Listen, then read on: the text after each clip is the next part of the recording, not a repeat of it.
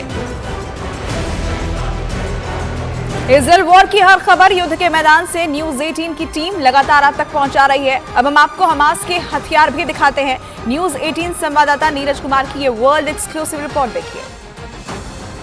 News 18 India वहां है जहां हमास के हथियार हैं। आईडीएफ ने न्यूज 18 इंडिया एक्सक्लूसिव तस्वीरें इस वक्त आपको दिखा रहा है। यहाँ बड़ी संख्या में, सैकड़ों की संख्या में RPG, grenade, tank missile, anti tank missile, IEDs, rocket launcher, तमाम चीज़ें रखी हुई हैं। मशीन गन रखा हुआ है, बड़े बड़े unmanned vehicle, unmanned air vehicle रखे हैं। आप देख सकते हैं ग्रेनेड, आपको हमारे कैमरा पर्सन हैंड ग्रेनेड की तस्वीरें दिखा रहे हैं। उसके बगल में आईडीज रखे गए हैं, एक्सप्लोसिव रखे, ये मिसाइल रखे गए हैं, माइंस रखे गए, माफ़ कीजिएगा, माइंस रखा गया है।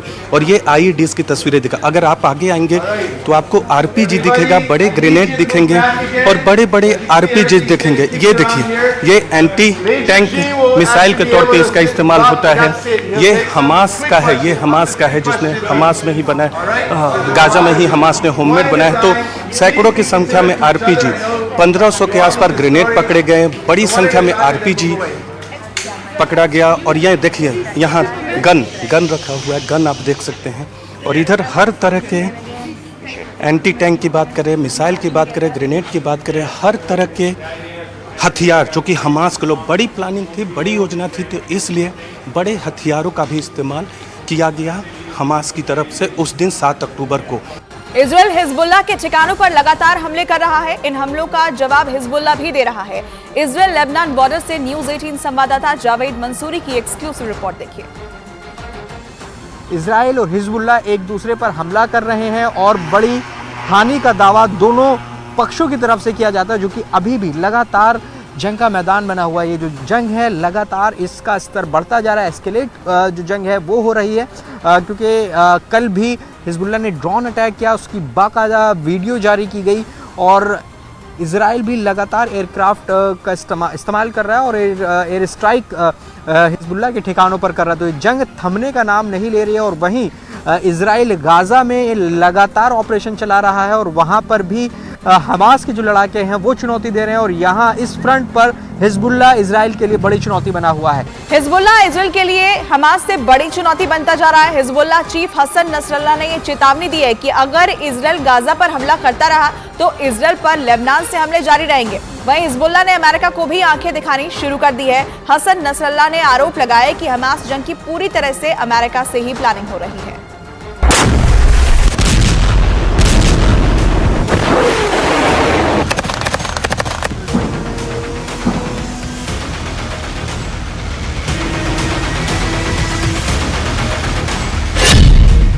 हिजबुल्लाह का नया वॉर प्लान। लेबनान की सीमा पर फाइटर जेट गरजने लगे। लेबनान की सीमा के पास रॉकेट से हमला दिखा। दावा किया गया कि लेबनान के रॉकेट के हमलों के जवाब में इजरायल ने हिजबुल्लाह के कई ठिकानों को तबाह कर दिया। मतलब हिजबुल्लाह और इजरायल की सेना के बीच ये जंग एक लेवल और ऊपर पहुंच गई है।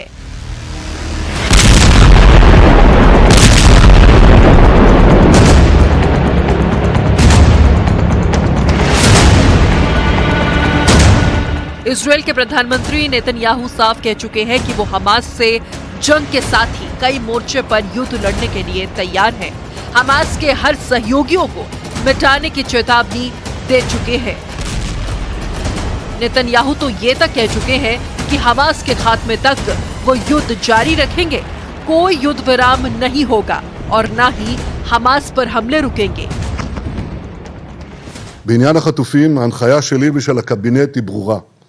לא תהיה הפסקת אש בלי החזרת חטופינו.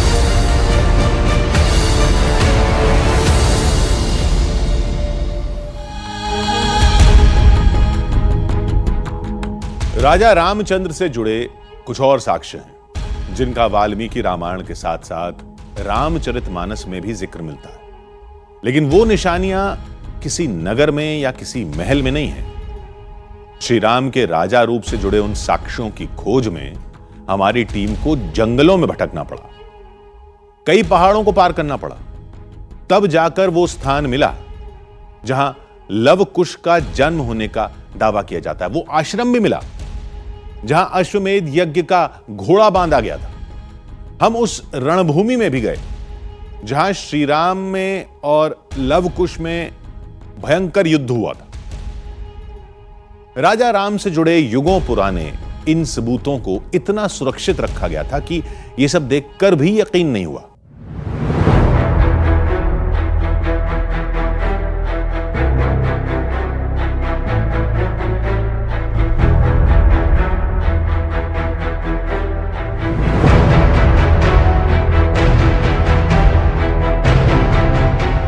इतना तो तय था कि श्री राम के राजा रूप की जिन निशानियों की हमें तलाश थी वो वाल्मीकि आश्रम में ही मिलेंगी। लेकिन असली वाल्मीकि आश्रम को खोजना ही मुश्किल काम था। देश के कई हिस्सों में इसके होने का दावा किया जाता है। कुछ लोगों के मुताबिक जिस आश्रम में सीता जी रहती थीं, वो पंजाब में है। कुछ लोगों ने इसे नेपाल के चितवन में बताया, लेकिन सबसे सटीक माना जाता है उत्तर प्रदेश में कानपुर के पास बिठूर वाले वाल्मीकि आश्रम को।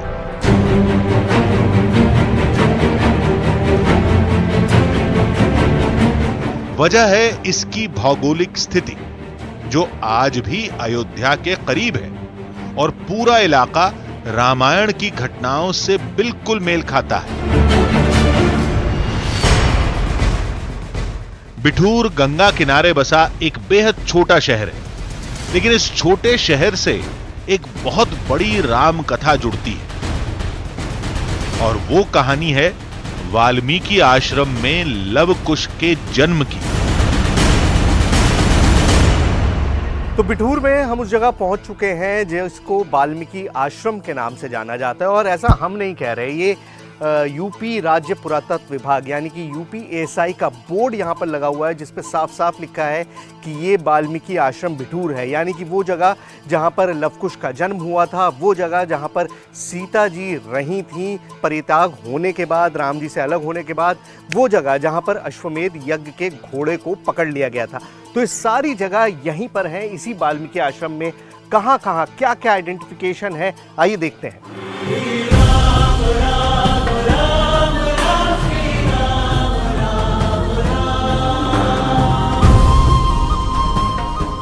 दावे के मुताबिक ये जगह पौराणिक है, लेकिन इसका मौजूदा ढांचा मराठों के समय का है, जिसे दूसरे पेशवा बाजीराव ने बनवाया था। रामायण में लिखा है, राजधर्म का पालन करने के लिए राजा रामचंद्र के कहने पर लक्ष्मण ने सीता जी को एक जंगल में छोड़ा था, जहां महर्षि वाल्मीकि ने उन्हें अपने आश्रम में आसरा दिया था। किसी भी तरह का कोई कष्ट नहीं होगा। दावे के मुताबिक युगों पहले वाल्मीकि का वो आश्रम यहीं था और यहीं श्री राम के दोनों पुत्र लव और कुश का जन्म भी हुआ था।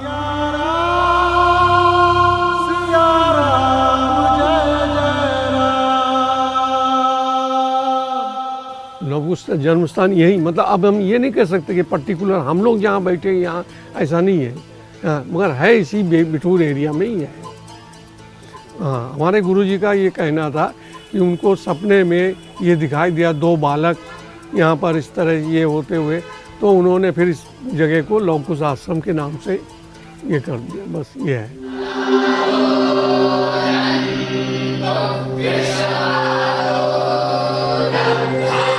आज बिठूर के इस आश्रम में मंदिर हैं, प्रतिमाएं हैं, जिन्हें रामायण के साक्ष्य के तौर पर पेश किया जाता है और सारी जगहों का नाता लव कुश से है। बिठूर का जो पूरा इलाका है ये असल में एक टीले पर बना हुआ है और मान्यता ये कि पूरा का पूरा जो था ये वाल्मीकि आश्रम था। अब इसमें बहुत सारी चीज़ें हैं जिनको आइडेंटिफाई करना मुश्किल है, लेकिन फिर भी इस तरह की चीज़ें बनी हुई हैं। अब ये लव कुश जन्म भूमि है, मतलब वो स्पॉट जहां पर लव कुश पैदा हुए थे। कहते हैं उस समय यहां पीलू यानी मिस्वाक के पेड़ों का जंगल था, जिसकी छांव में सीता जी रहा करती थी। जंगल कट गए, आबादी बस गई, लेकिन आज भी एक बड़ा वृक्ष बचा हुआ है। देखिए, पिछले लाखों सालों में वाल्मीकि आश्रम में सब कुछ बदल चुका है। इमारतें बदल चुकी हैं, लोग बदल चुके हैं, बिल्डिंग्स बदल गई हैं, लेकिन एक चीज नहीं बदली। और क्या है वो? ये पेड़। त्रेता युग से ये पेड़ यहीं पर मौजूद है और मान्यता है कि पहले यहां पर पीलू पेड़ का जंगल हुआ करता था। जिस प्रजाति का ये पेड़ है, पीलू पेड़ है, उसी का जंगल हुआ करता था और इसी के नीचे सीता जी रहा करती थी। अब आप देखिए कि पूरा जंगल था इस पेड़ का। ये पेड़ हमेशा हरा रहता है, कभी खत्म नहीं होता, हमेशा ये पत्तियां इसी तरह से हरी रहती हैं। लेकिन अब पूरा जंगल खत्म हो चुका है, सिर्फ एक पेड़ बचा हुआ है और लोग, यहाँ के लोग बताते हैं कि इस पेड़ की सारी तने मर जाता है, ये पूरा तना खत्म हो जाता है, लेकिन उसके बावजूद फिर ये पेड़ जिंदा हो जाता है और इसी तरह से हरा भरा रहता है। तो त्रेता युग से ये पेड़ इसी जगह पर मौजूद है। पेड़ की तरह इस आश्रम से जुड़ी हर जगह में लोगों की गहरी आस्था है। यहाँ की असल कहानी तब शुरू होती है जब अयोध्या में राजा राम का अश्वमेध यज्ञ शुरू होता है। कहते हैं अयोध्या से चला अश्वमेध यज्ञ का घोड़ा इस वाल्मीकि आश्रम में पहुंचा। तो यहाँ घोड़ा आया तो लव कुश टहल रहे थे जंगल में, तो उन्होंने देखा घोड़े पर लिखा है बड़ा राजा अभिमानी है ये, अपने आगे किसी को समझता नहीं, क्यों अधीनता इसकी स्वीकार की जाए। तो घोड़े को पकड़ लिया।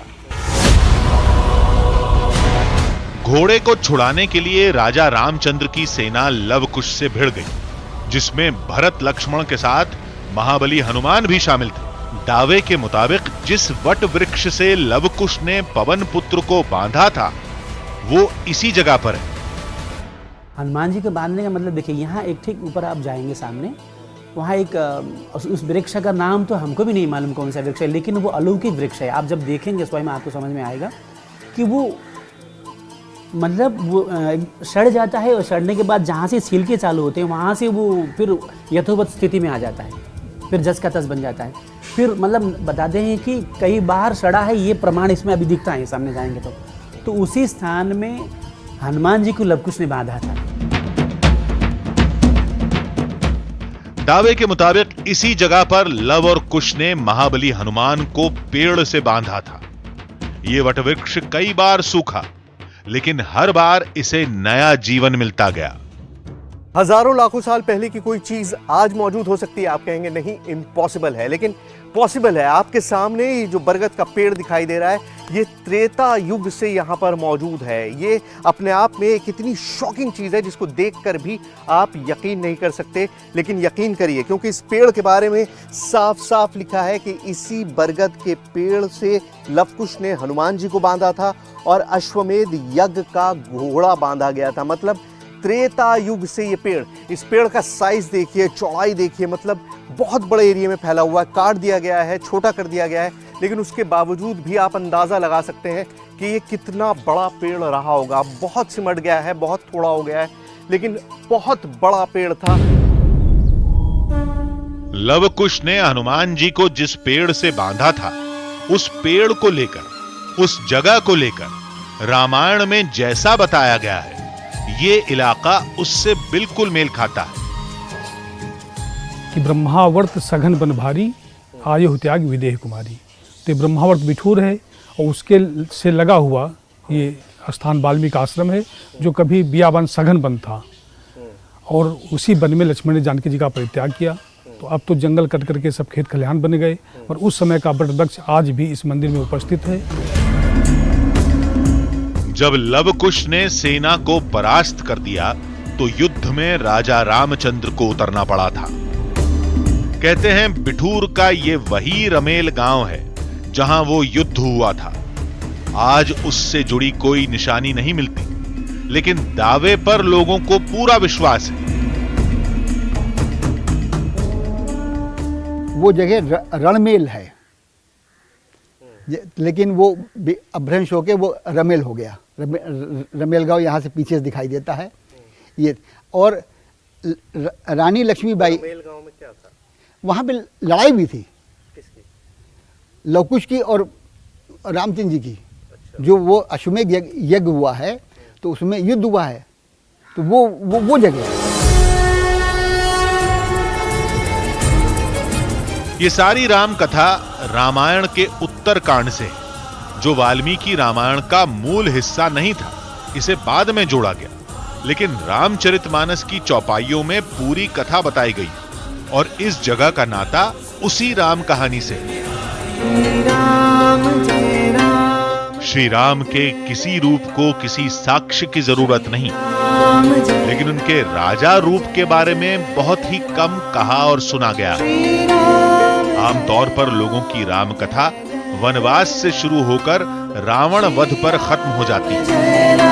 ऐसे में श्री राम के राजा रामचंद्र रूप से जुड़ी निशानियों की खोज हमारी टीम के लिए भी एक अद्भुत अनुभव रहा। श्री राम जय राम जय जय राम। श्री रामचरितमानस के बाल कांड की चौपाई है हरि अनंत हरि कथा अनंता, यानी हरि और उनकी कथाएं अनंत हैं। बालकांड में लिखा है कि श्री राम के सुंदर चरित्र का करोड़ों युगों में भी बखान नहीं किया जा सकता। जो कोई नहीं कर सकता वो हम भी कैसे करेंगे। श्री राम रूप से जुड़ी जितनी कहानियों को हम आप तक पहुंचा सके पहुंचाया। ये सफर, ये खोज जारी रहेगी। हम ऐसी न जाने कितनी कहानियां तलाशते रहेंगे और आप तक लाते रहेंगे।